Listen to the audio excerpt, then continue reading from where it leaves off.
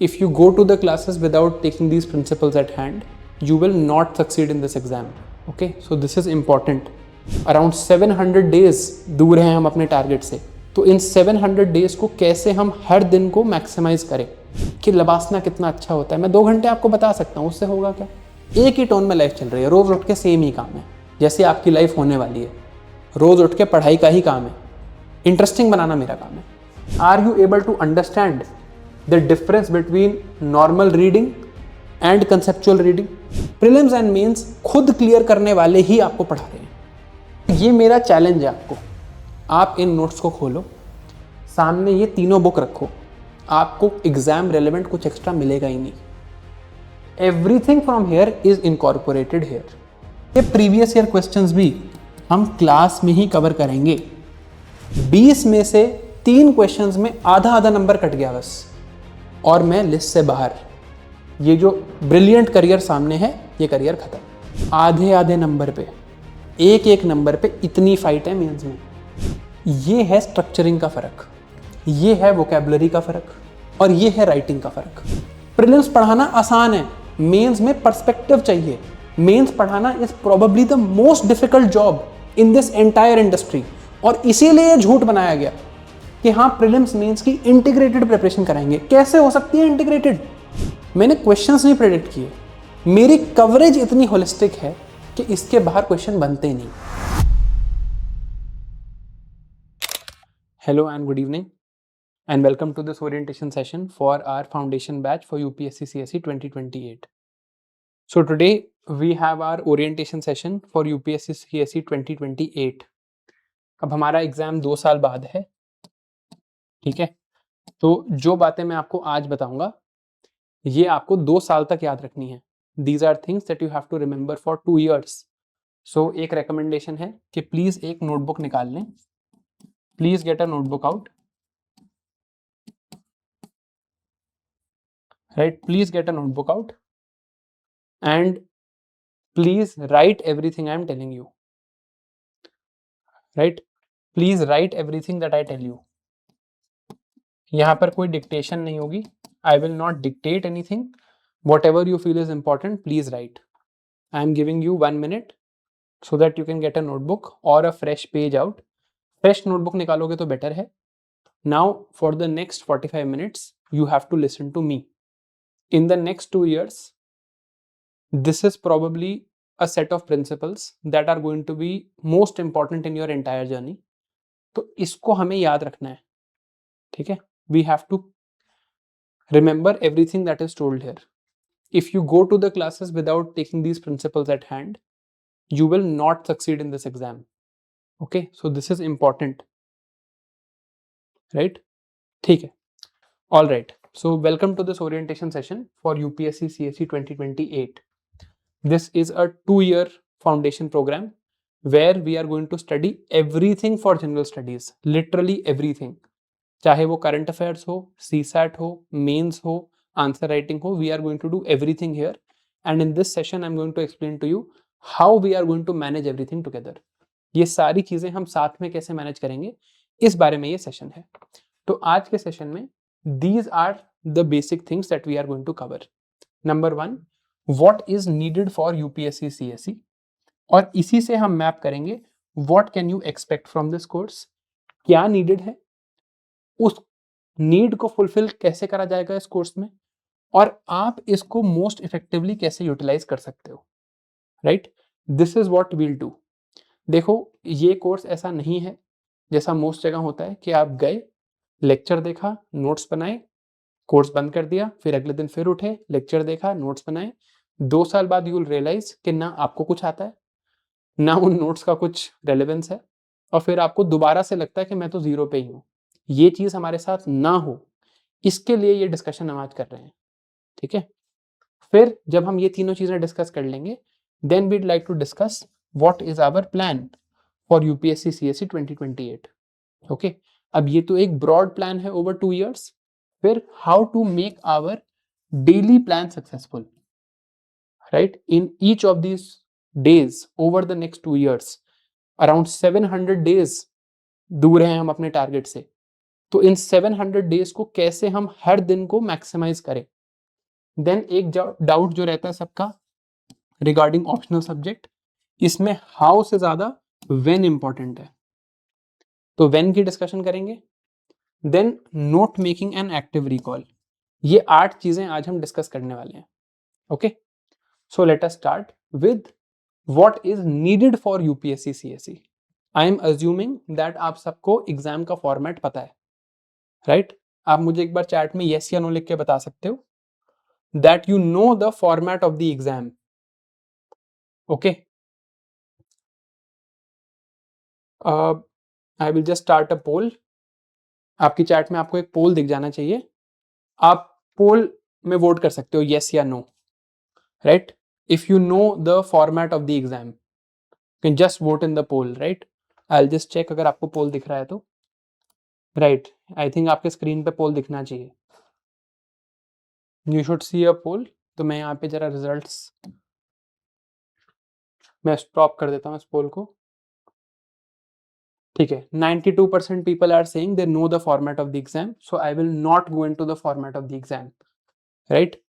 Format of the exam is very basic, वो हम discuss करने नहीं आए हैं कि फॉर्मेट ऑफ द एग्जाम का मतलब है कि प्रीलिम्स में जनरल स्टडीज का पेपर होता है और सीसैट का पेपर होता है, राइट? मेंस में जीएस 1 2 3 4 के पेपर होते हैं, ऑप्शनल के पेपर होता है, मेंस में एसए का पेपर होता है। ये चीज मैं अज्यूम कर रहा हूं कि आप लोगों को पता है, राइट? तभी आप यहाँ आए हो।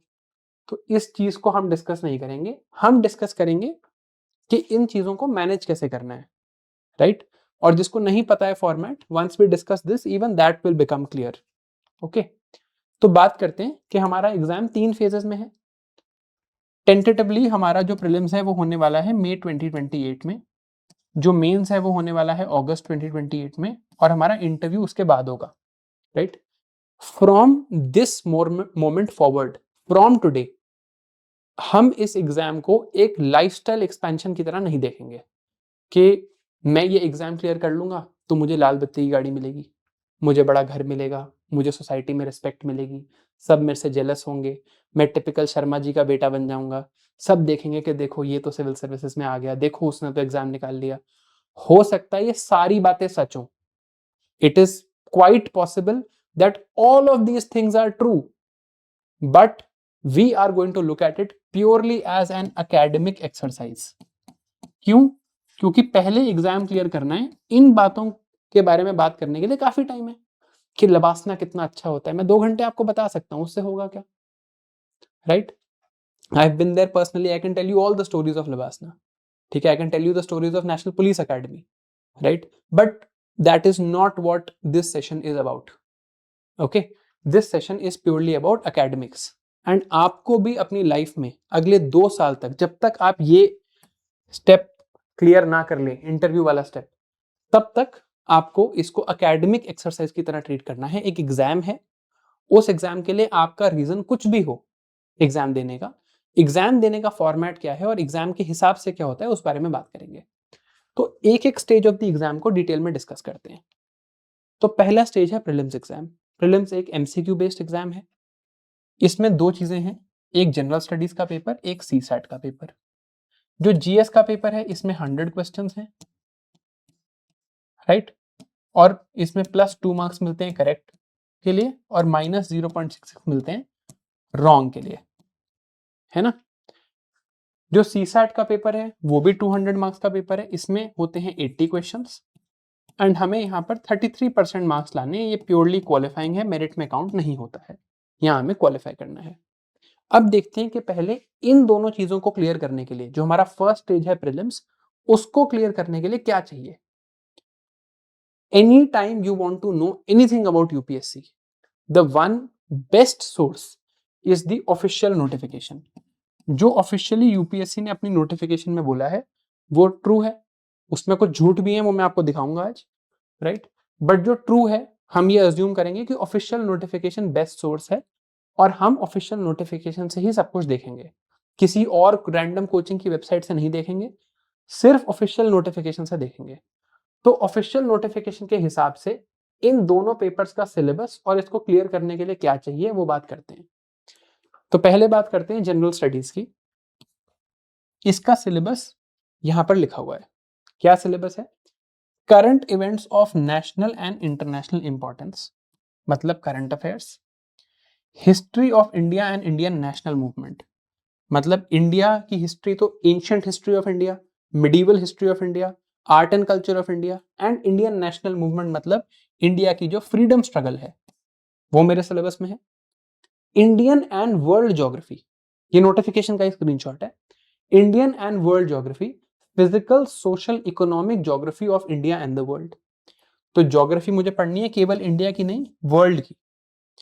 Indian polity and governance, constitution, political system, Panchayati Raj, public policy, rights issues etcetera. तो मुझे पॉलिटी पढ़ना है और इंडियन कॉन्स्टिट्यूशन को अच्छे से पढ़ना है। Economic and social development, sustainable development, poverty, inclusion, demographics, demographics का मतलब है population studies, social sector initiatives etcetera, इस एक्सेट्रा में ही सब कुछ है। General issues of environmental ecology, biodiversity and climate change. अब देखते हैं पहला झूठ, that do not require subject specialization. ये बिल्कुल झूठ है, आपको बिल्कुल सब्जेक्ट स्पेशलाइजेशन चाहिए होगी, क्वेश्चंस काफी टफ आते हैं। एंड लास्टली जनरल साइंस, ये दूसरा झूठ है। जनरल साइंस सिलेबस में नहीं है, टेक्नोलॉजी सिलेबस में है। क्वेश्चंस अगर आप देखोगे they are centered around technology. ठीक है, ये 7 चीजें लिखी हैं, तो इसको अगर मैं समराइज करूं तो वो ऐसा दिखेगा कि geography of India and the world, polity and Indian constitution, economic social development, history of modern India, ancient medieval history, science and technology, environment and ecology and current affairs. ये वो सब्जेक्ट्स हैं जो मुझे जनरल स्टडीज का prelims का paper clear करने के लिए पढ़ने हैं। अब ये तो मेरे पास लिस्ट हो गई।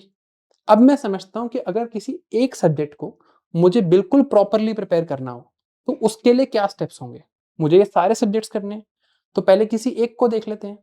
तो मान लो मुझे geography of India and the world properly prepare करना हो, तो इसको करने का क्या तरीका है समझते हैं। किसी भी सब्जेक्ट के लिए आइडियल तरीका यही है जो बोर्ड पे लिखा है, ये आपको नोट डाउन कर लेना चाहिए आइडली। अब पहला स्टेप होगा एनसीईआरटी रीड करना। कौन सी एनसीईआरटी रीड करना? तो बिल्कुल भी नहीं रीड करनी है 6 to 10th क्लास की एनसीईआरटी। ठीक है, 6th क्लास का या 10th क्लास का एग्जाम नहीं है, ग्रेजुएट लेवल एग्जाम है। जो 6 to 10th की एनसीईआरटी में दिया है वो 11th 12th की एनसीईआरटी में कवर्ड है। तो अगर पढ़नी भी है तो बाद में पढ़ना, यहां से स्टार्ट नहीं करना है। ठीक है, हमें पढ़नी है 11th और 12th क्लास की एनसीईआरटी। और ये सिर्फ ज्योग्राफी के लिए नहीं है, ये किसी भी सब्जेक्ट के लिए है। मैं आपको ब्लाइंडली बोल सकता हूं कि 6 to 10th की एनसीईआरटी इस एग्जाम में सिलेक्ट होने के लिए जरूरी नहीं है, क्योंकि मैंने कभी नहीं पढ़ी और मैं इस एग्जाम में सिलेक्ट हो चुका हूं। तो 6 to 10th की एनसीईआरटी आपको बिल्कुल नहीं पढ़नी है अनलेस आपके बेसिक्स बहुत वीक हैं। ठीक है, अगर बहुत वीक बेसिक्स हैं then of course go for it.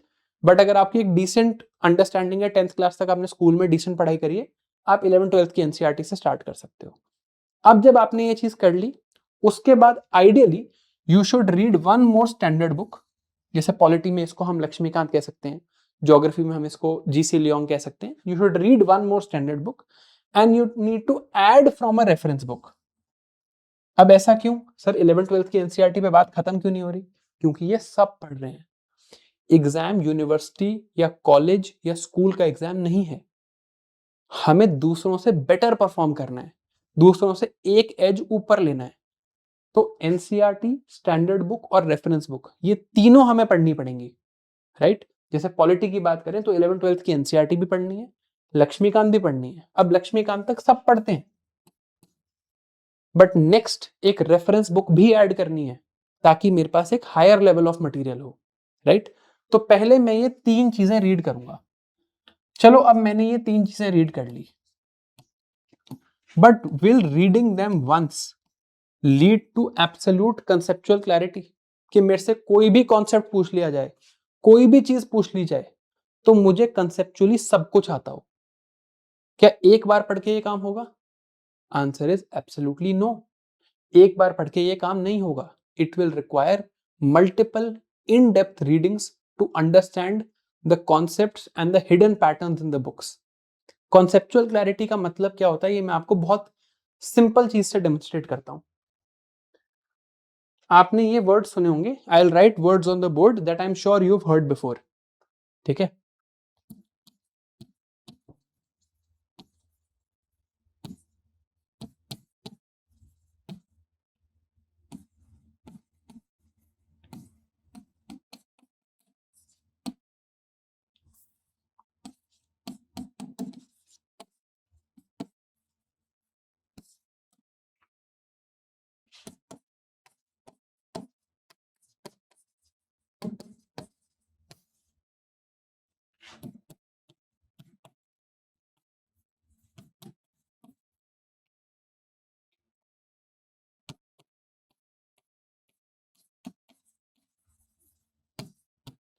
Do you know the meaning of all of the words written on the board?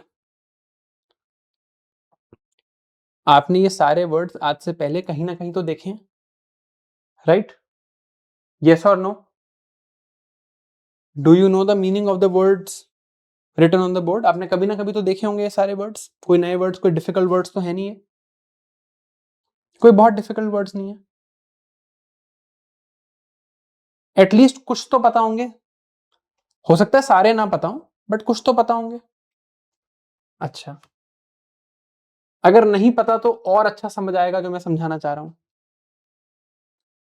Now, एक तो हो सकता है आपको इन वर्ड्स का मीनिंग ना पता हो, but I am sure you have come across these words. कई बार क्या होता है कि जब हम कुछ पढ़ रहे होते हैं तो हम एक वर्ड देखते हैं, हम अज्यूम कर लेते हैं हाँ इसका मतलब तो यही होगा, और हम आगे बढ़ जाते हैं. This is antithetical to the idea of conceptual clarity. अब जैसे आपने अभी वर्ड सुना एंटीथेटिकल, आपको लगा हाँ अगेंस्ट ही मतलब होता होगा एंटीथेटिकल का, राइट? बट उसका मीनिंग उससे थोड़ा सा ब्रॉडर है. ये काम नहीं करना. When you see something that you don't understand, search it and learn it. अब एक पर्सन है जिसको इन सारे वर्ड्स का मीनिंग पता है, ठीक है, और एक पर्सन है जिसको शायद इन सारे वर्ड्स का मीनिंग तो नहीं पता, बट उसे कंसेप्चुअल क्लैरिटी है. इसमें क्या फर्क होगा ये मैं आपको बताता हूं. इस वर्ड को देखो, मोनो. मोनो मतलब सिंगल, वन. और आर की, या ऐसे भी लिख सकते हैं इसको, इसका मतलब है rule. Monarchy, rule by one person. अब इसी से बाकी वर्ड्स डिराइव करेंगे. Deimos, Greek for people, and Archie, मिलके वो डेमोक्रेसी बन गया. Rule by people, democracy. Oligarchy, oligo मतलब फ्यू, और आर्की मतलब रूल. रूल बाय फ्यू, ऐसी कंट्री जहां पर कुछ पावरफुल बिजनेसमैन, कुछ पावरफुल लोग ही रूल करते हैं, सब लोगों को अपॉर्चुनिटीज नहीं मिलती. Best example is Russia. कहने को डेमोक्रेसी है, पुतिन साहब 30 साल से या 15-20 साल से प्रेसिडेंट हैं. अब जब मुझे पता है कि मोनो का मतलब सिंगल है, मोनोथीइज्म. थीइज्म मतलब it relates to God. Religions that believe in one God, जैसे कि क्रिश्चियनिटी या Islam, there is one God, right? One God and variations of that God. Poly मतलब मेनी, एंड थीइज्म मतलब God, मतलब there are many God's. जैसे कि Hinduism, Vishnu ji भी हैं, शंकर भगवान भी हैं, बहुत सारे इनके वेरिएशंस भी हैं, राम जी भी हैं, कृष्ण जी भी हैं, राइट? शिव जी भी हैं, बहुत सारे वेरिएशंस हैं, राइट? पॉलीथीइज्म. मोनो मतलब one, mono Tony, one tone, boring life, यार लाइफ बहुत मोनोटनस हो गई है आजकल, एक ही टोन में लाइफ चल रही है, राइट? सिंगल एंड टोन, एक ही टोन में लाइफ चल रही है, रोज उठ के सेम ही काम है, जैसे आपकी लाइफ होने वाली है, रोज उठ के पढ़ाई का ही काम है, इंटरेस्टिंग बनाना मेरा काम है, मोनोटनी। अब अगर ऐसे कोई पढ़ता है, इन चीजों को देख के समझ के, then you develop something called conceptual clarity. आपको बस एग्जांपल दे रहा हूं, जैसे अब अगर मैं आपको लिखूं monopoly,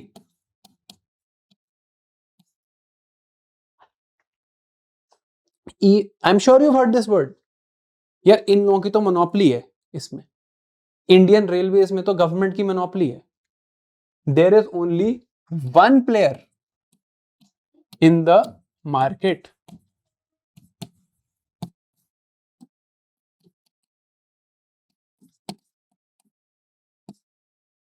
there are only few players in the market.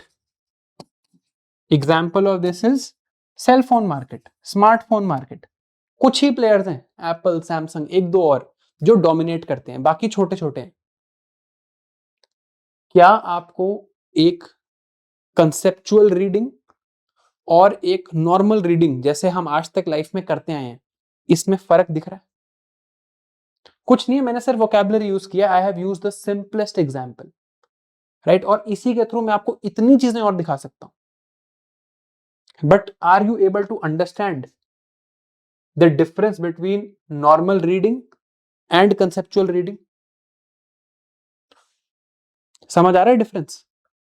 Words आपने अगर पहले भी देखे हैं या नहीं भी देखे, तो भी आपको ये डिफरेंस समझ आएगा। अब मैं यहां पर एक वर्ड लिखता हूं,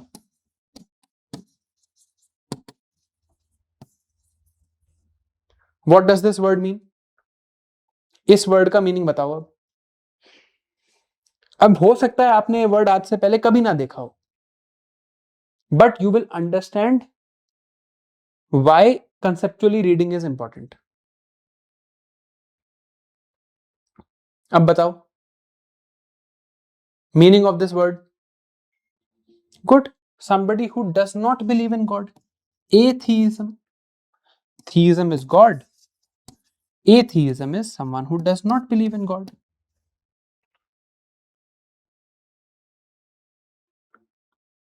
Right? जैसे पढ़ते हैं ना, there is somebody who is political, this person is very political, this person is apolitical, not political in nature, है ना? This is the difference between reading conceptually and reading just for care, for the sake of it, क्या मैंने पढ़ लिया। तो जब मैं ये चीजें पढ़ूंगा, ये सारी चीजें जब मैं पढ़ूंगा, ये तीनों चीजें, NCERT, standard book, reference book, यहां पर मेरा गोल है to achieve conceptual clarity. My goal here is not merely to read, but to achieve absolute conceptual clarity. अब मान लो मेरे को आ गई conceptual clarity, मैं उस लेवल तक पहुंच गया that I am absolutely clear with my concepts, even when I am tested in an uncertain environment, I am able to resort to my knowledge of conceptual clarity and then answer the questions. But problem क्या है? You have not been tested yet. अभी तक आपने खुद ही पढ़ा है, आपको test नहीं किया किसी ने। तो अब टेस्टिंग का प्रोसेस है। टेस्टिंग का प्रोसेस कैसा है कि पहले आप पीवाईक्यूज को प्रैक्टिस करोगे जो यूपीएससी ने खुद दिए हैं। यूपीएससी के previous year questions are your second best friend in this preparation, the first is the UPSC syllabus. तो फिर आप पीवाईक्यूज को प्रैक्टिस करोगे। चलो आपने पीवाईक्यूज प्रैक्टिस कर लिए, अब यहां पर आप कुछ गलतियां करोगे। एक और बात that I think you should write down, this is for yourself, not for me. Making mistakes is absolutely okay. आप टेस्ट में कम नंबर लाओ, पीवाईक्यूज में गलतियां करो, कोई दिक्कत नहीं है, it is absolutely okay. What is not okay is not improving from those mistakes.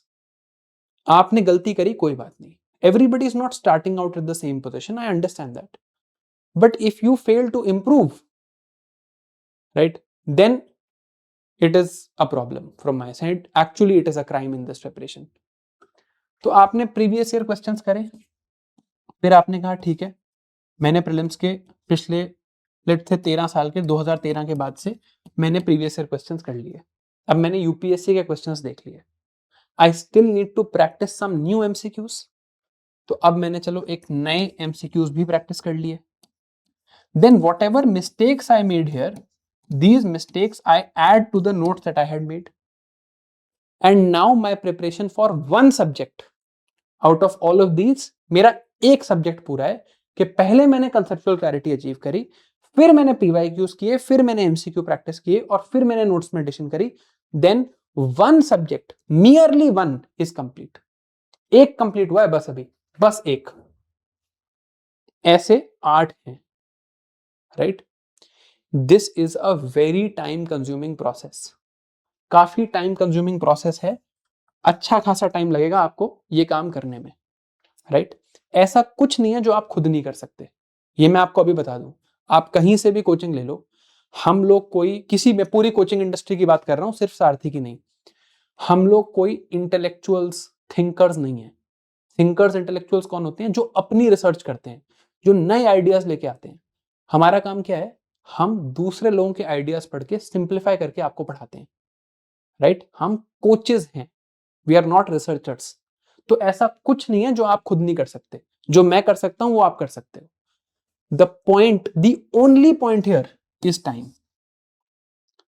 The only point here is time, कि यार ये इतना सारे काम है, अब मुझे इसे कम टाइम में मैनेज करना है, मुझे 5 साल प्रिपेयर नहीं करना, राइट। तो अब इसको कम टाइम में करने का क्या तरीका है, तो हमने समझा व्हाट इज नीडेड। अब देखेंगे how we will help you in तीनों चीजों को, ताकि आपको मल्टीपल रीडिंग्स ना लगे। We will give you lectures by amazing faculty. अब मैं कैसे कह सकता हूं भाई फैकल्टी अमेजिंग है? मैं तो बोलूंगा ही, हमारे पास प्रूफ है। जो भी आपसे बात करेगा, आज मैं आपसे बात कर रहा हूं, आपसे जो भी बात करेगा पूरे कोर्स में, या तो उन्होंने खुद एग्जाम क्लियर किया है जैसे मैंने किया है, या वो मल्टीपल टाइम्स यूपीएससी के इंटरव्यू में अपीयर हुए हैं, तो उन्होंने प्रीलिम्स और मेंस तो क्लियर किया हुआ है। We are teaching you for prelims and mains. Prelims and mains खुद क्लियर करने वाले ही आपको पढ़ा रहे हैं, उनके लेक्चर्स प्लस नोट्स भी हम आपको दे रहे हैं। और ये मेरा चैलेंज है आपको, आप इन नोट्स को खोलो, सामने ये तीनों बुक रखो, आपको एग्जाम रेलेवेंट कुछ एक्स्ट्रा मिलेगा ही नहीं। Everything from here is incorporated here. फिर सर सिर्फ नोट्स क्यों नहीं दे देते? ताकि एक्सप्लेनेशन हो, मैं आपको ये पीडीएफ दे दूं पढ़ने के लिए, ये पीपीटी दे दूं, वर्सेस मैं आपको समझाऊं। जो फर्क है ना, वही फर्क इन लेक्चर्स में है। हाउ एवर, अब मुझे पता है नेचुरल क्वेश्चन क्या आएगा दिमाग में। नेचुरल क्वेश्चन आएगा कि सर फिर मैं बुक ना पढ़ूं क्या, फिर सर सिर्फ नोट्स पढ़ लूं?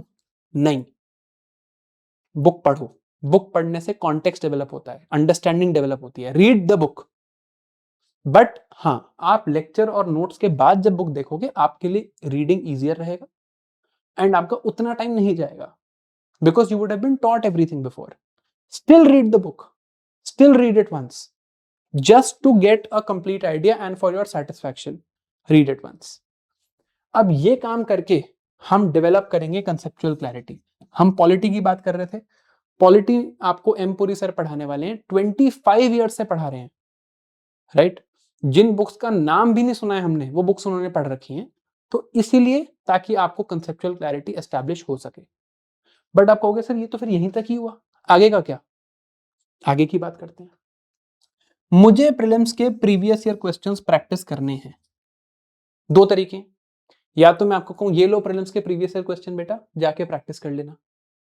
दूसरा तरीका क्या है? दूसरा तरीका है कि क्लास में ही प्रैक्टिस हो। आज क्लास हुई प्रेसिडेंट की, प्रेसिडेंट पढ़ाया गया, अब आपके सामने बोर्ड पे क्वेश्चन है, 1 मिनट का टाइमर है, जैसे मैंने अभी पोल चलाया था वैसे पोल चलेगा ABCD का, और कहेंगे कि यार चलो अब ये सॉल्व करो। फिर जब आप गलती करोगे, फिर बताया जाएगा कि हाँ this is how you are suppose to answer. फिर अगला प्रीवियस ईयर क्वेश्चन, फिर अगला प्रीवियस ईयर क्वेश्चन। तो ये प्रीवियस ईयर क्वेश्चंस भी हम क्लास में ही कवर करेंगे। हम इसके बियॉन्ड नहीं जाएंगे, क्लास में ही we will address everything, previous year questions में भी। आगे बात करते हैं।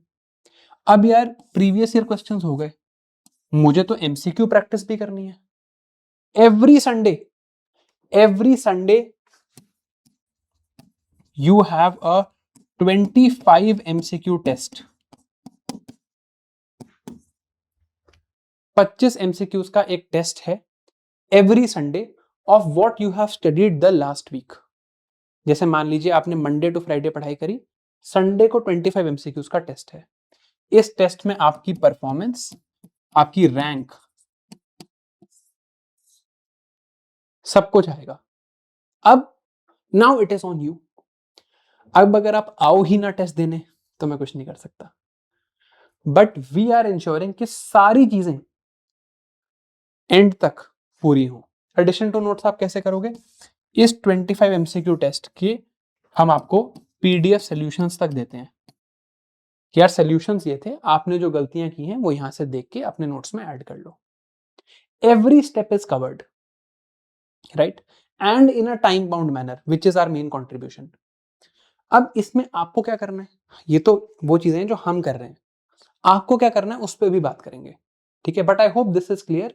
This is you understanding the logic of going to any lecture और क्लास। ऐसा नहीं है कि आपने क्लास देखी, नोट्स बनाए, आगे बढ़ गए, नहीं, आपको समझो कि क्यों हो रहा है वो क्लास, वहां पर क्वेश्चंस क्यों डिस्कस किए जा रहे हैं, एमसीक्यू का टेस्ट क्यों हो रहा है संडे को, इसलिए हो रहा है ताकि मैं प्रीलिम्स के लिए प्रिपेयर्ड हूं। अब प्रीलिम्स का दूसरा पिलर, दो चीजें थी ना, जनरल स्टडीज और सीसैट।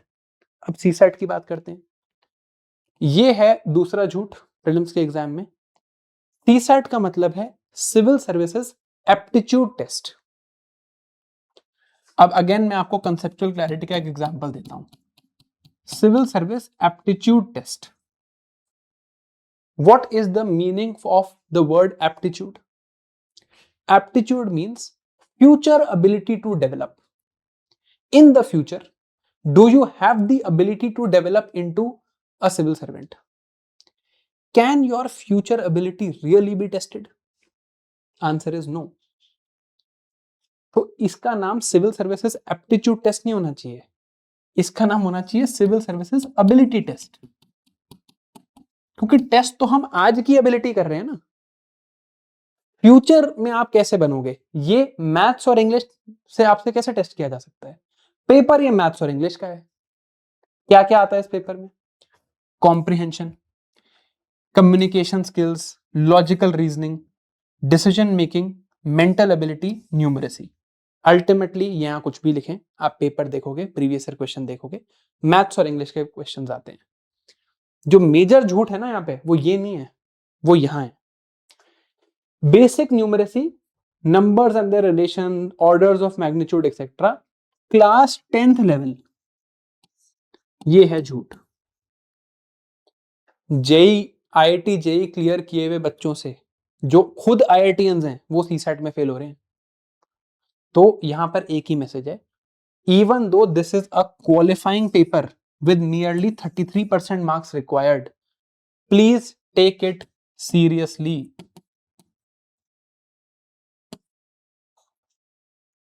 इसको इग्नोर नहीं करना है। तो हम क्या करते हैं यहां पे, सीसैट के लिए स्पेसिफिकली हमने 1-1.5 महीना रखा है, जिसमें आपको राम मोहन पांडे सर, जिन्होंने आईआईटी रुड़की से मैथ्स में एमएससी किया हुआ है, वो आके आपको सीसैट पढ़ाएंगे at a very simple level. But आपको इस पेपर को सीरियसली लेना है, you can not ignore this paper, ठीक है। अब हमारा प्रीलिम्स की डिस्कशन पूरी हुई, राइट। हमारी 3 स्टेजेस हैं। We started with prelims. Prelims में हमने क्या देखा कि यार जनरल स्टडीज का पेपर है, to achieve good marks in this paper what do I need to do and what is the solution being offered here. दूसरी चीज करते हैं सिविल सर्विसेज एप्टीट्यूड टेस्ट। यहां पे to qualify this paper what do I need, कि इसको बस seriously लेना है, इग्नोर नहीं करना, शुरू से प्रिपेयर करना है। उसके लिए यहां क्या हो रहा है वो बात हमने कर ली। अब नेक्स्ट एकेडमिक स्टेप पे आते हैं। Next academic step is mains exam, है ना। अब मेंस के पहले एक अंडरस्टैंडिंग डेवलप करते हैं कि मेंस में होता क्या है, उसके बाद देखेंगे कि इसको सॉल्व कैसे करेंगे। Ultimately I hope you all know कि it is only mains and interview that count in your final selection. Mains is 1750 marks, interview is 225 marks.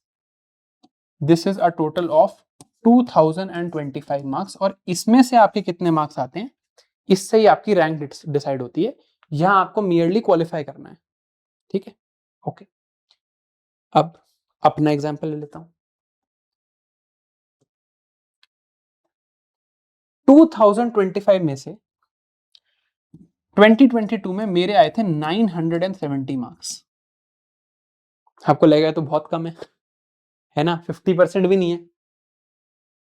Rank आई थी 297, सर्विस मिली थी Indian revenue service, income tax, ठीक है, क्योंकि सबके ही कम आते हैं, school का पेपर नहीं है। अब समझो यहां हो क्या रहा है, मेंस एक रिटन एग्जाम है। यहां पर अगर क्वेश्चन आता है 10 मार्क्स का, तो ऐसे आता है कि यहां आंसर शीट होती है, यहां पर क्वेश्चन लिखा है,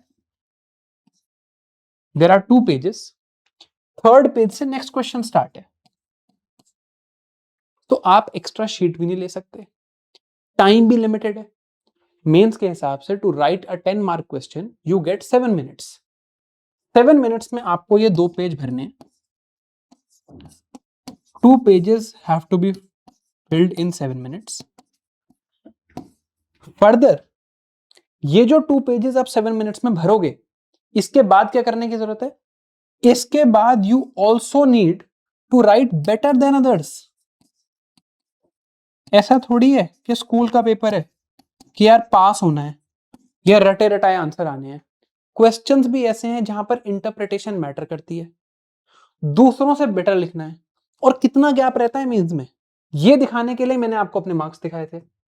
मेंस में टोटल होते हैं 9 पेपर्स, इनमें से 7 पेपर्स में मार्क्स काउंट होते हैं।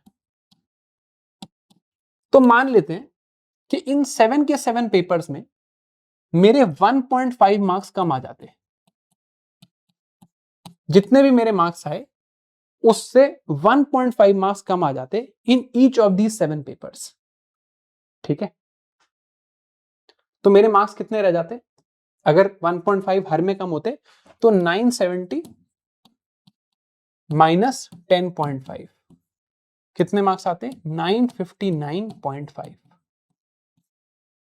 इन मार्क्स में मेरी क्या रैंक रहती, I would be out of the list, कोई रैंक नहीं होती, नो रैंक। बस 1.5 नंबर कम हुआ है हर पेपर में। हर पेपर में 20 क्वेश्चंस हैं, 20 में से 3 क्वेश्चंस में आधा आधा नंबर कट गया बस, और मैं लिस्ट से बाहर। ये जो ब्रिलियंट करियर सामने है, ये करियर खत्म। और मान लो कि यार हर पेपर में प्लस 1.5 हो जाते हैं, हर पेपर में 3 क्वेश्चन में मुझे एग्जामिनर थोड़े आधे आधे नंबर और दे देता, तो कितने मार्क्स बनते, 970 प्लस 10.5, तो कितने मार्क्स बनते, 980.5।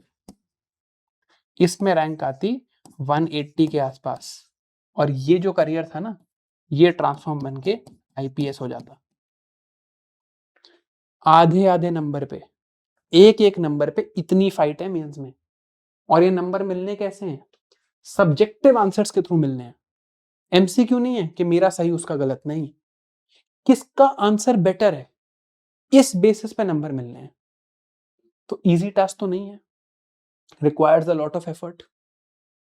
तो अब देखते हैं कि अगर मुझे मेंस में दूसरों से ज्यादा नंबर लेने हैं, अपने आप को आधा नंबर एक्स्ट्रा दिलाना है, एक लेवल हायर जाना है, तो मुझे क्या करने की जरूरत है। I hope the problem is clear. अब सोल्यूशन देखते हैं। सबसे पहले अगर मैं मेंस का कोई क्वेश्चन देखूं, और क्वेश्चन सिंपल नहीं होते है ना, please understand this, questions are not simple, they are slightly at a higher level, right. तो अगर मैं मेंस में कोई क्वेश्चन देखूं, तो सबसे पहले I need to have better content. मेरा कंटेंट जो है वो एक लेवल ऊपर होगा तो बात बनेगी, राइट? मैंने अगर अच्छा पढ़ा है, मैंने और डिटेल में पढ़ा है और रिसर्च पेपर एक दो पढ़ रखे हैं, कीवर्ड्स मेरे को अच्छे पता है, वैल्यू एडिशन मेरे पास है, कंटेंट बेटर होगा तो मेरे चांसेस बेटर है। बट क्या सिर्फ कंटेंट से काम बन जाएगा? दो लोग जिन्होंने सेम कंटेंट पढ़ा होता है, क्या उनके सेम मार्क्स आते हैं? नहीं, क्योंकि दो ही पेज है ना। तो सेकंड स्टेप है आंसर स्ट्रक्चरिंग। यार कंटेंट तो पढ़ लिया, इस आंसर को या इस कंटेंट को अब मैं अपने आंसर में कैसे निकालूं? How do I bring this content into my answer? कैसे मैं स्ट्रक्चरिंग बेटर करूं? ये सेकंड स्टेप है। और मान लो मेरा कंटेंट भी बहुत अच्छा है और मैंने आंसर स्ट्रक्चरिंग भी अमेजिंग कर ली, तो भी एक थर्ड फैक्टर है, time management.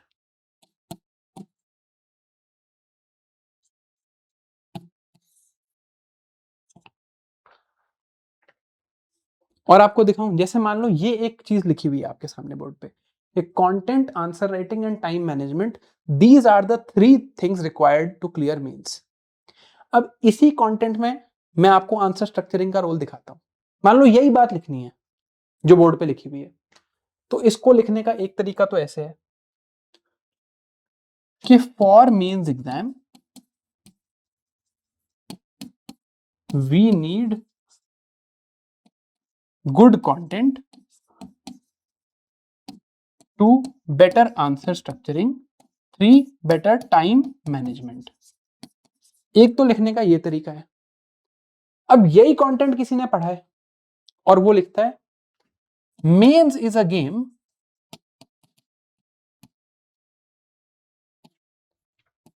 Of three assess,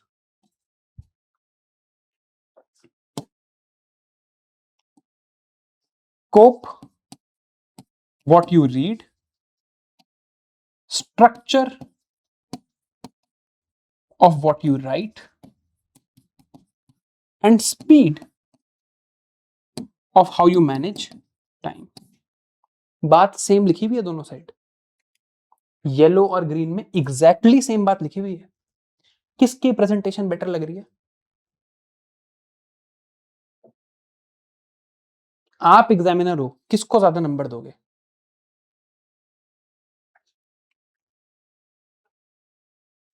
आप एग्जामिनर हो, किसको ज्यादा नंबर? सेम बात है, कंटेंट में कोई फर्क नहीं है। सब कह रहे हैं ग्रीन को ज्यादा नंबर देंगे। ये है स्ट्रक्चरिंग का फर्क, ये है वोकैबुलरी का फर्क और ये है राइटिंग का फर्क। सबने मोस्टली जितने मैंने कमेंट्स देखे, सबने लिखा था सर ग्रीन को ज्यादा नंबर देंगे। क्यों? बात तो सेम है, but this looks appealing, this looks better, right? And this is the game of means. तो अब इस प्रॉब्लम को सॉल्व कैसे करें? पहली बात, आप लोगों के दिमाग में एक मिथ इस यूपीएससी कोचिंग इंडस्ट्री ने डाल दी है और उस मिथ का नाम है कि मेंस और प्रीलिम्स की इंटीग्रेटेड तैयारी करो, इंटीग्रेटेड प्रिपरेशन होनी चाहिए, प्री प्लस मेंस टुगेदर, है ना? बिल्कुल होनी चाहिए। जब आप प्री की पढ़ाई करो किसी सब्जेक्ट की, तो आपको मेंस की पढ़ाई भी साथ में करनी चाहिए, बट आपको अलग से मेंस की तैयारी भी करनी चाहिए। ये कोई नहीं बताता that mains should be prepared separately also. और इसका मैं आपको एग्जांपल देता हूं अभी। ये हमारा मेंस का सिलेबस है ना? ये सिलेबस है। दो क्वालिफाइंग पेपर है लैंग्वेज के, इंग्लिश और हिंदी, उसको साइड करते हैं। 7 पेपर है, ठीक है? अब मैं यहां पर कुछ हाईलाइटिंग कर रहा हूं, आपको बताना है हाईलाइटिंग में किस ऑर्डर में किस चीज की कर रहा हूं, ठीक है? You have to find the pattern कि मैं क्या मार्क कर रहा हूं। मैंने क्या रैंडमली हाईलाइट किया है या कुछ सोच के हाईलाइट किया है, ये आपने मुझे बताना है। You have to tell me कि हाईलाइटिंग कैसे हुई है। वेरी गुड, शाबाश यार, शार्प हो तुम लोग तो। मेन स्पेसिफिक सब्जेक्ट हैं ये सारे वो सब्जेक्ट हैं जो सिर्फ मेंस में आते हैं। कितने नंबर का मेंस टोटल? 1750 मार्क्स, ठीक? अब ये काउंट कर लेते हैं इनके मार्क्स जो मेन स्पेसिफिक है। इंडियन सोसाइटी आता है लेट से अराउंड 75 मार्क्स का। सोशल इश्यूज, गवर्नेंस ये मिला के आते, और आईआर में मिला लेना चाहिए इसमें, ये मिला के आता है अप्रोक्सीमेटली 125 मार्क्स का। Internal security, agriculture, disaster management आता है अप्रोक्सीमेटली 150 मार्क्स का। फिर एथिक्स का पेपर 250 मार्क्स का, एसए का पेपर 250 मार्क्स का, और ऑप्शनल के दो पेपर 250 ईच 500 मार्क्स के। ठीक है, तो ये कितने हो गए, ये तीन मिला के हो गए 1000, और ये तीन मिला के हो गए 250, नहीं 250 से भी ज्यादा, नहीं 250। ठीक है, मैथ्स कमजोर है इसीलिए डॉक्टर बना था। 350। ठीक है, अब ये जो 1350 मार्क्स हैं, कितने मार्क्स बने ये, 350 plus 1000, 1350 marks out of 1450 marks. ये तो मेन स्पेसिफिक है, मेंस एक्सक्लूसिव है, ये तो प्री में आता ही नहीं। तो कैसे करूं मैं integrated preparation?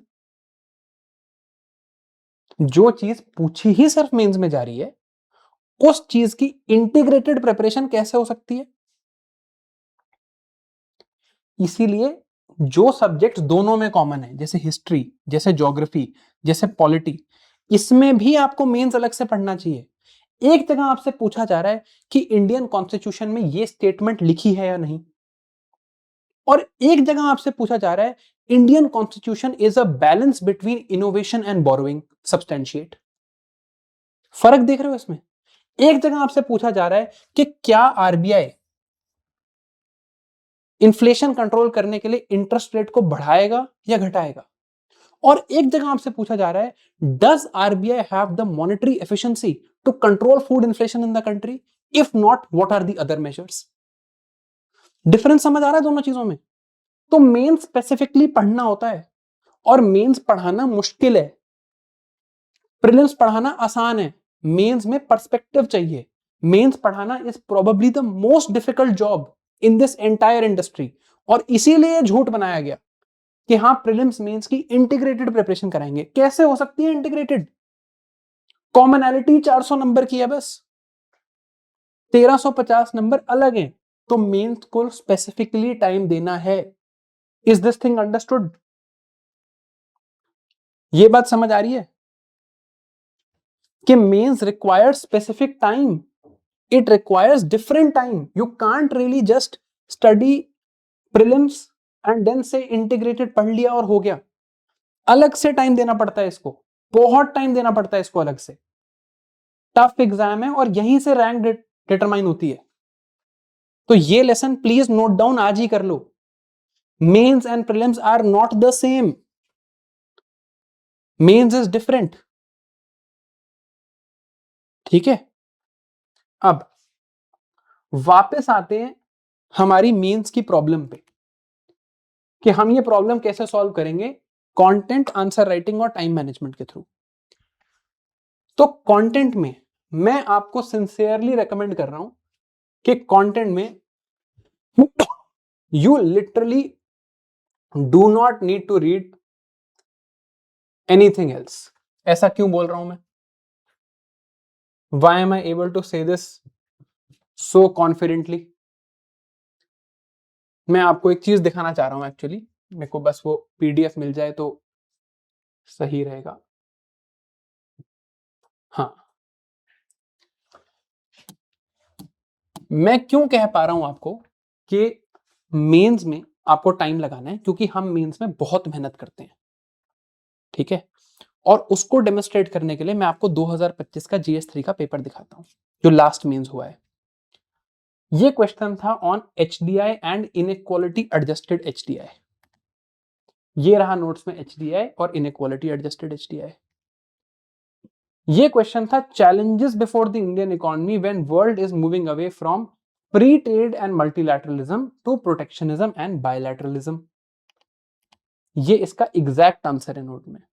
World is moving towards protectionist measures, it is less stable, less open, deregulation is the key for India's growth. आगे देख लेते हैं। High value crops in India, exact answer horticulture, changing consumption patterns, floriculture.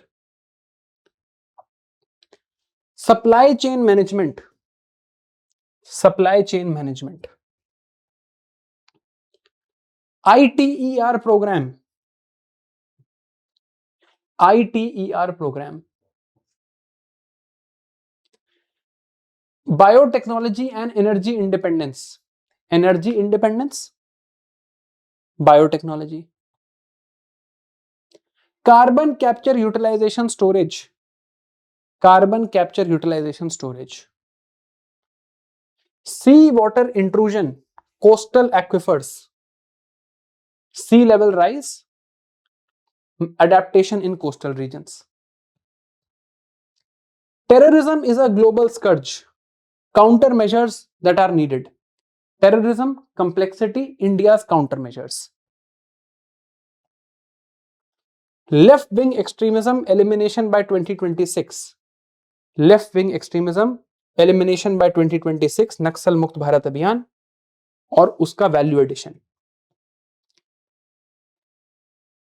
States for sustainable fiscal policies, state finances and policies. Production linked incentive scheme, production linked incentive scheme. Groundwater problem in India, water management of India, Mihir Shah committee report. Food processing industry, food processing industry.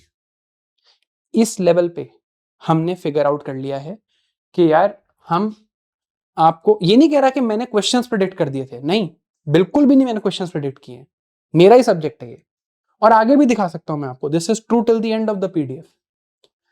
मैंने questions नहीं predict किए, मेरी coverage इतनी holistic है कि इसके बाहर question बनते नहीं।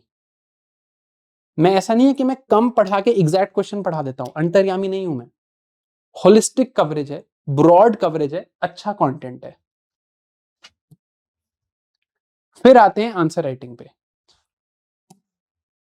This you will learn with me through right smart.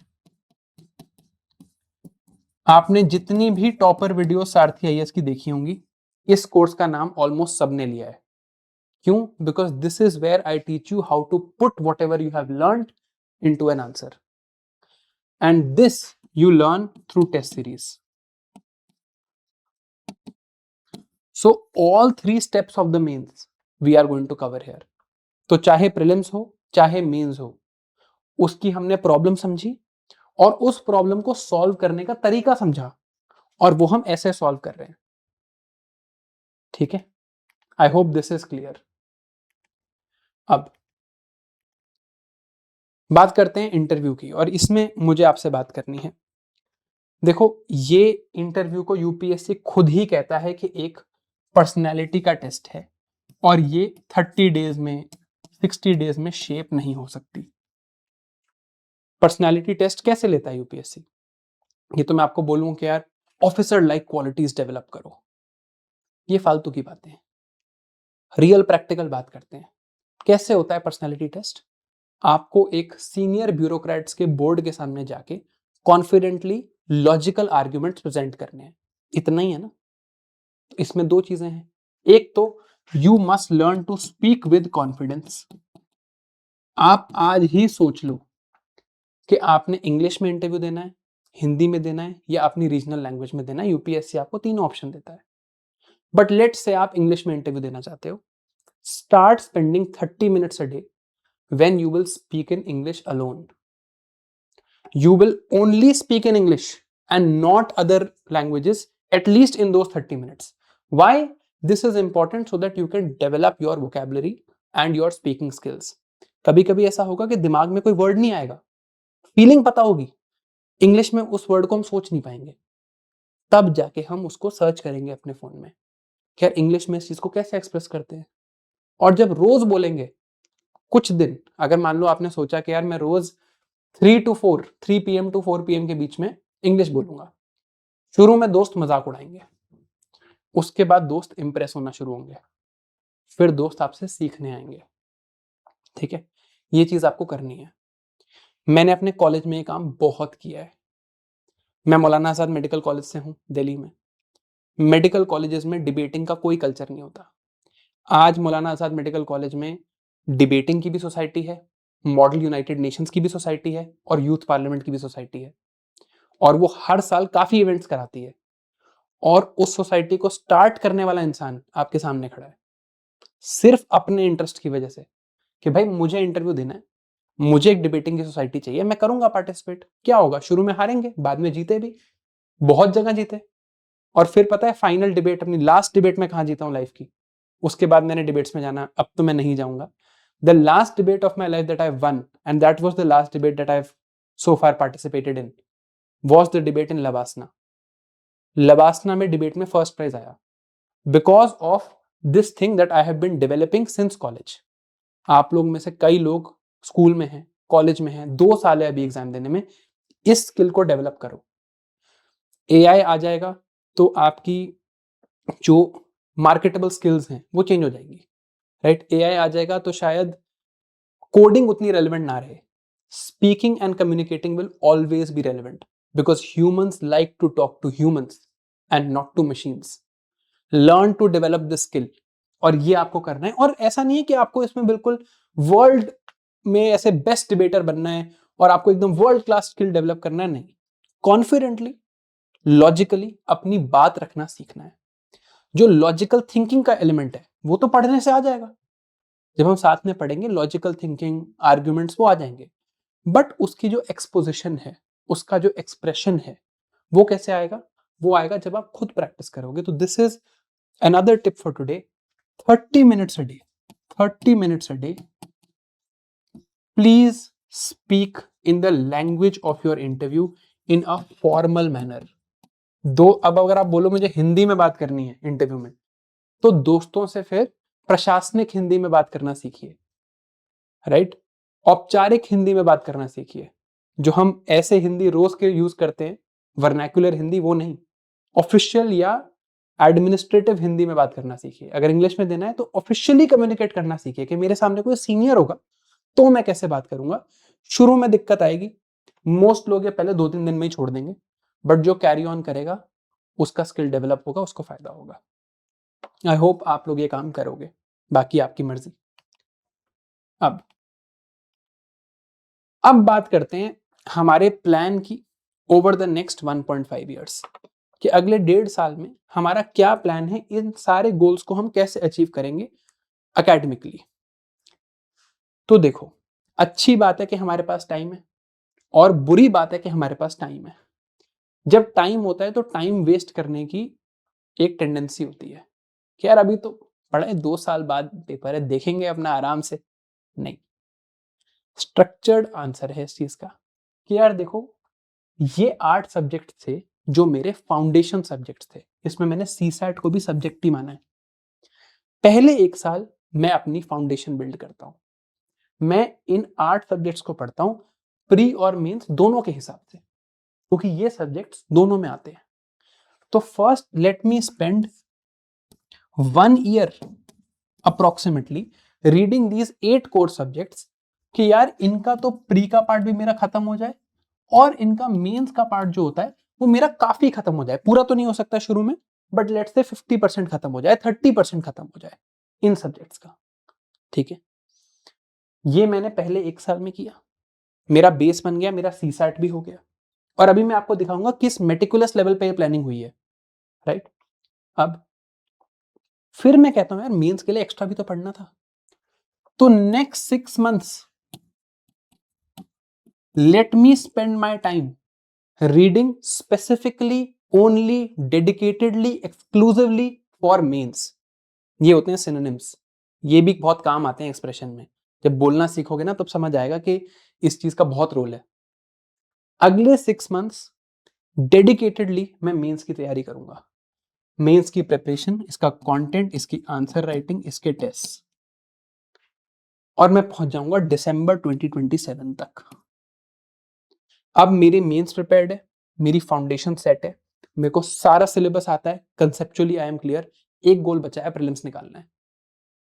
ठीक है, प्रीलिम्स की रिवीजन करेंगे और करंट अफेयर्स पढ़ेंगे। करंट अफेयर्स एंड में क्यों पढ़ेंगे सर? मेरे को तो रोज न्यूज़पेपर पढ़ना है। बिल्कुल पढ़ो, आज पढ़ोगे तो समझ नहीं आएगा, उसको वोकैबुलरी के लिए, जनरल अंडरस्टैंडिंग के लिए पढ़ो। अल्टीमेटली 2 साल का न्यूज़पेपर कैसे रिवाइज होगा? तो लास्ट के 3 महीनों में, जैन फेब मार्च में, और ये लास्ट के 3 क्यों बोल रहा हूं अभी बात करूंगा इसकी, जैन फेब मार्च में सारा करंट अफेयर्स रिवाइज करेंगे जो हुआ है पिछले 2 सालों में, और पूरी प्रीलिम्स की रिवीजन करेंगे थ्रू लाइव एमसीक्यू सॉल्विंग।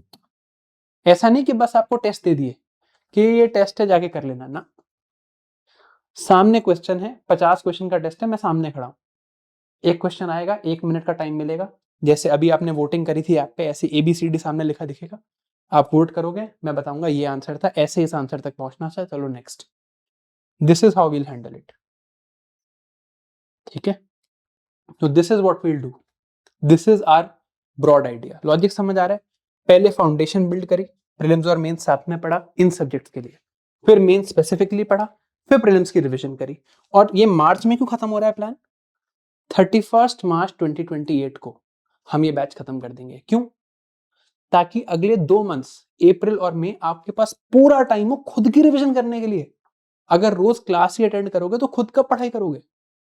तो last 2 months for self revision. Batch खत्म का मतलब ये नहीं है I will stop talking to you, still be there to help you, but as such कोई क्लास नहीं होगी, आपको टाइम दिया जाएगा फॉर रिवीजन। अब इसी शेड्यूल को जब हम ऐसे लिखेंगे तो ऐसे दिखेगा, यार पहले हम हिस्ट्री के साथ स्टार्ट कर रहे हैं, हिस्ट्री पढ़ाने आपको हिमांशु खत्री सर आएंगे, सर भी खुद XIRS है, फिर आप इकोनॉमी करोगे, फिर आप ज्योग्राफी करोगे, फिर आप पॉलिटी करोगे, फिर आप science and tech, environment, ancient medieval art and culture और CSAT। अब CSAT हमने एंड में रखा है यहाँ पे, अप्रैल एंड मई ऑफ 2027। क्यों? 2 रीजन है। एक तो CSAT में आपको अटेंड करनी है क्लासेस, बट टाइम मिल जाता है, क्लास के बाद उतनी मेहनत करने को नहीं होती। तो जो लोग इस टाइम पे फ्री हैं वो तो अपना पूरा सिलेबस 1 साल बाद रिवाइज कर सकते हैं, और जो लोग कॉलेज में हैं इसी टाइम पे DU के एग्जाम होते हैं, तो आप अपना एग्जाम भी दे सकते हैं साथ में। इसके बाद अगले 6 months dedicated mains preparation from June to December 2027। 6 months, nothing else in my mind, मुझे मेंस निकालना है भाई। फिर जैन फेब मार्च में करंट अफेयर्स और prelims revision through live MCQ solving. Literally everything is covered, आपको you have to show up and study, इतना ही काम है आपका। अब now let me tell you one of probably the last most important thing. 2 ही बातें मुझे आपसे और करनी है, पहले छोटी बातें कर लेता हूं। ऑप्शनल सब्जेक्ट, यहां पर 2 क्वेश्चन है, हाउ एंड व्हेन। मैं हाउ एड्रेस नहीं करूंगा, व्हेन एड्रेस करता हूं। अभी थोड़ा सा रुको, थोड़ा सा रुको, ठीक है। एटलीस्ट 1 महीना नॉर्मल क्लासेस अटेंड कर लो, start attending history sessions, normal classes 1 month attend कर लो। When you attend these classes for 1 month, ठीक है, आपको थोड़ा समझ आएगा कि यार अच्छा इस टाइप क्लास होती है, ऐसे मुझे घर जाके पढ़ाई करनी होती है, etcetera etcetera.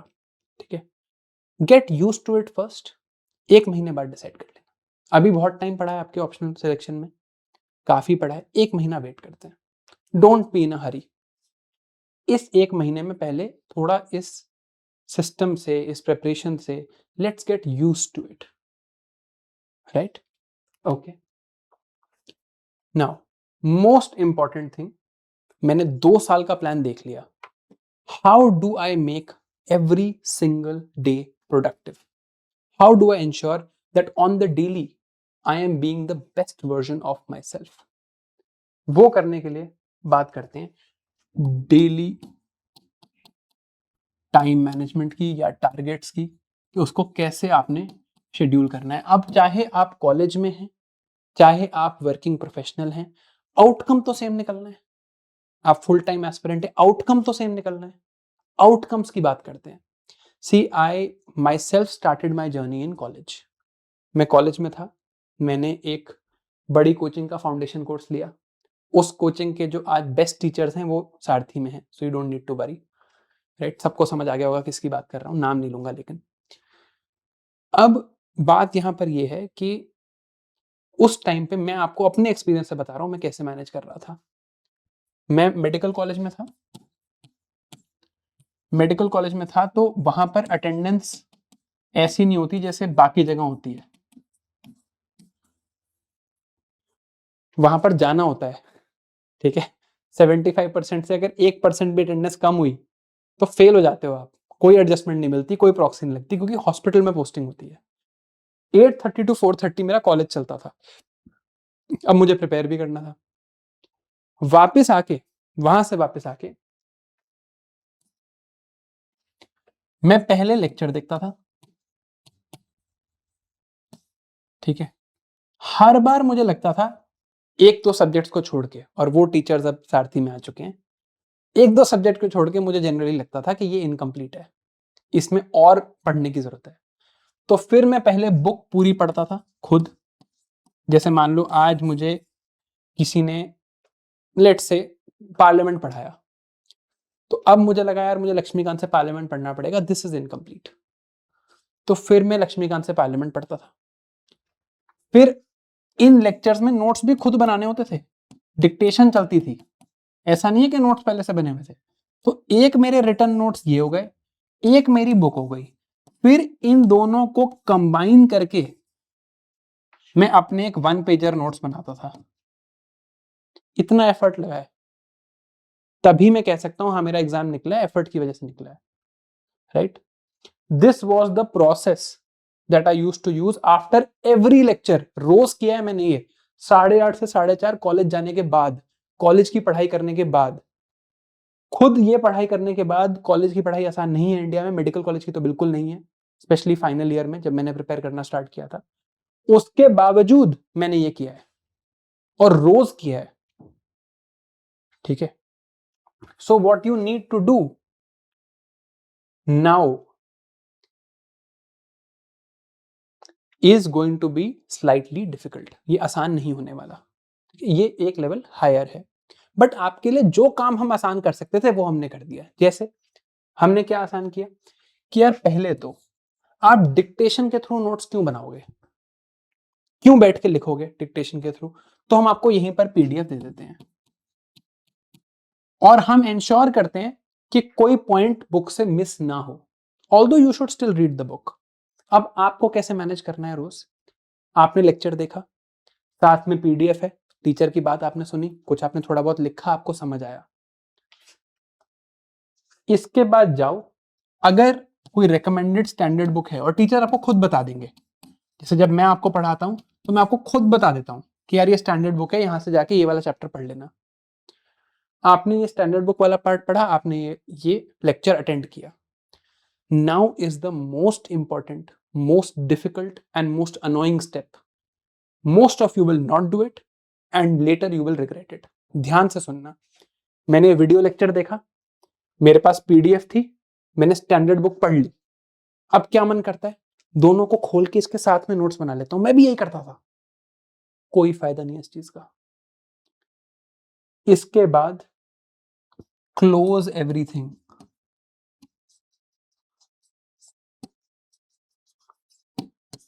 Close this book, close this PDF, close this lecture.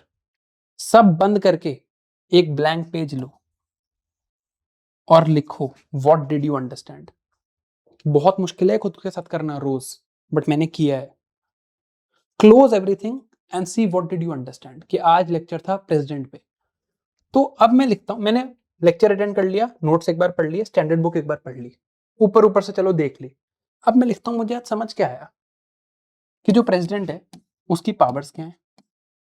मान लो मुझे 3 पॉइंट याद आए, मुझे पता है 6 पॉइंट पढ़ाए थे क्लास में, मुझे 3 याद आ रहे हैं, कोई बात नहीं। गलतियां करना is not wrong. Election 2 point याद आ रहे हैं, 3 पॉइंट और हैं, ये याद नहीं आ रहे, कोई बात नहीं। प्रेसिडेंट का रिमूवल, आर्टिकल याद नहीं आ रहा, कोई बात नहीं, लिखते जाओ। एक सब कुछ बंद करके ये करने के बाद सब कुछ बंद करके एक पेज पे जो आज समझ आया उसको लिखते जाओ।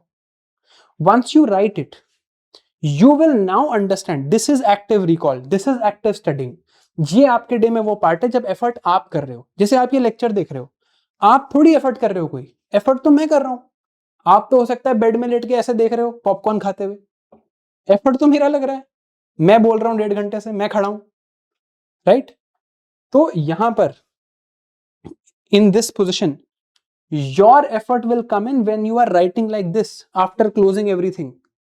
फिर क्या होगा, पता होगा कि यार हाँ, मेरे को ना रेजिग्नेशन ऑफ प्रेसिडेंट या रिमूवल ऑफ प्रेसिडेंट में 2 पॉइंट याद नहीं आए, मुझे इलेक्शन ऑफ प्रेसिडेंट में 2 पॉइंट याद नहीं आए। अब जब ये समझ आ जाए कि यार यहां आई एम मिसिंग, यहां I am missing a couple of things, then open the PDF again. फिर दोबारा से पीडीएफ खोलो, फिर दोबारा से बुक खोलो और देखो क्या क्या याद नहीं आया। हमारा तरीका क्या होता है, हमें रिवाइज करना है, दोबारा से पढ़ लो, दोबारा हाईलाइट कर लो, नोट्स बना लो, और अच्छे नोट्स बना लो, ब्यूटिफाई कर लो। इसमें एफर्ट कहां लग रहा है दिमाग का, अगर वो सामने खुला हुआ है तो। अल्टीमेटली पेपर में तो सब बंद होगा ना, और खाली पेज पे लिखना होगा। तो वो प्रैक्टिस हम रोज क्यों नहीं करते कि जो पढ़ा है, close everything, write on a blank sheet of paper, and then see what comes out, then see how good you are, then see how much you can generate. वो मैटर करता है यार। एंड ये प्रैक्टिस जिसने कर ली, 3 महीने भी कर ली, आप अलग लेवल पे पहुंच जाओगे, आप बहुत ऊपर हो जाओगे सबसे पढ़ाई के टर्म्स में। बट 3 महीने तक एब्सोल्यूट ग्राइंड है, जिम की तरह है। 3 महीने दर्द होगा, 3 महीने बाद अलग ही बॉडी बन के निकलेगी। Mind is also a muscle, not technically, but it can be trained like a muscle. आप अपने माइंड को भी ट्रेन कर सकते हो, right. You can train your mind like this. Do this every single day. Lecture देखो, PDF पढ़ो, standard book अगर टीचर ने रेकमेंड किया है तो पढ़ो, then close everything, write whatever you understood. फिर देखो, अच्छा यार मुझे ये पॉइंट्स याद नहीं रहे थे, अब दोबारा देख लो बुक में, लाइफ में कभी नहीं भूलेगा। This is the process of active recall. तो मुझसे लोग पूछते हैं कि सर नोट्स कैसे बनाने हैं, मैं कहता हूं कैसे भी बना लो, कोई फर्क ही नहीं पड़ता उससे। ये मैटर करता है कि आप सब कुछ बंद करके एक पेपर पे अपनी नॉलेज निकाल पा रहे हो, ये मैटर करता है। इसका एक एग्जांपल देता हूं चलो तुम्हें। इस सेशन की ये लास्ट चीज मैं आपको दिखाऊंगा। इस सेशन की फर्स्ट पेज पे 8 चीजें लिखी थी। क्या थी वो 8 चीजें, पीछे मत देखना, रिवाइंड मत करना वीडियो को। What were the 8 things, what were the 8 things that were written on the first page of this PPT, बताओ।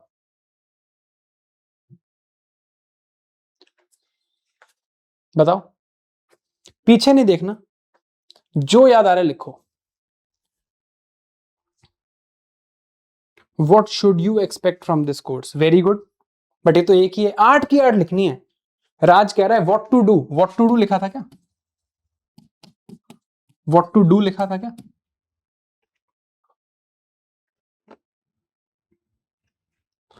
Optional when and how, okay. What is UPSC CSE? Sneha, ये लिखा था क्या? What is UPSC CSE?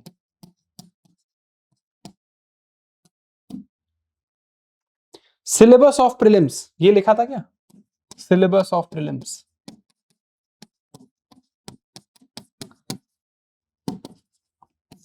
ये सारी बातें discuss हुई हैं, गलत नहीं कह रहे आप, ये सारी बातें डिस्कस हुई हैं जो आपने लिखी हैं।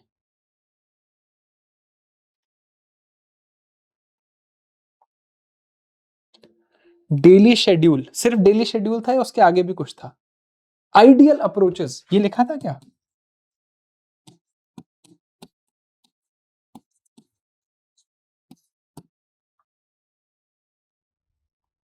ये लिखा था पहले पेज पे?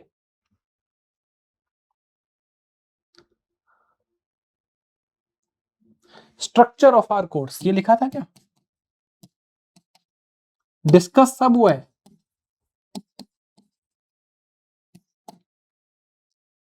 एक्सपेक्टेशंस, चलो अब आपकी चैट थोड़ी सी बंद करते हैं।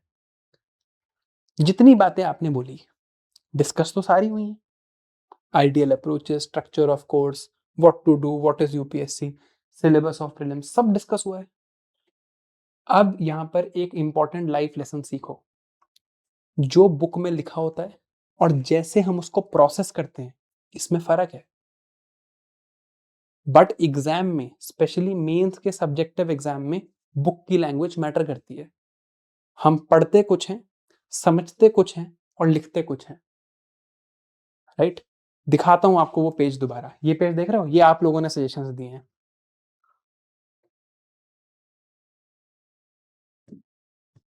दोबारा देखो। अब यहां देखो कि आपको क्या क्या याद नहीं आया। Look at this page again and see what all did you not remember. Daily planning याद आया तो टारगेट्स याद नहीं आया। How to use this course याद आया तो मोस्ट इफेक्टिवली याद नहीं आया। नोट मेकिंग और एक्टिव रिकॉल तो भूल ही गए, राइट? कोई बात नहीं। अगेन, गलतियां करना प्रॉब्लम नहीं है, गलतियां करना इज नॉट द इशू। आप समझ आ रहे हो, आप समझ पा रहे हो कि ये हम क्यों कर रहे हैं? मैं आपको पढ़ना सिखा रहा हूं। आज तक आपको लाइफ में लोगों ने सब्जेक्ट्स पढ़ाए हैं, पढ़ना किसी ने नहीं सिखाया। अब ये देख के आपको क्या रियलाइज हो रहा है? अरे यार, ये लिखा था मुझे याद नहीं आया। अरे यार, नोट मेकिंग था मुझे याद नहीं आया। आज से 6 महीने बाद भी पूछूंगा ना, भूलोगे नहीं कि यहां पर नोट मेकिंग था और आपको याद नहीं आया। याद करो अपनी लाइफ। ऐसा कभी हुआ है कि यार एक एग्जाम दिया था, उस एग्जाम में एक क्वेश्चन गलत हो गया, वो क्वेश्चन आज तक याद है? Brain is hard wired to remember mistakes, so make mistakes, that's fine, but test yourself and improve from those mistakes. अगर मैं आपको कहता ना रिवाइज कर लो, तो सब लोग इसी को हाईलाइट कर लेते दोबारा, ऐसे कोई नहीं करता, बट याद ऐसे ही रहता है। समझ आ रही है ये बात? एक डिफरेंस समझ आ रहा है? In your learning this is what you need to do. तभी मैं कह रहा हूं बुक बंद करके लिखो, गलतियां होंगी, याद नहीं आएगा, that's okay. This is how you will always remember. This is active recall and it is a painstakingly difficult process to master, but आपको करना पड़ेगा अगर आपको एग्जाम निकालना है तो। ठीक है? That is all I had to tell you. I hope you all learn something.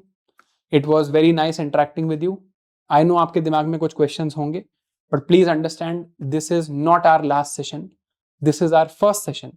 I will keep meeting you.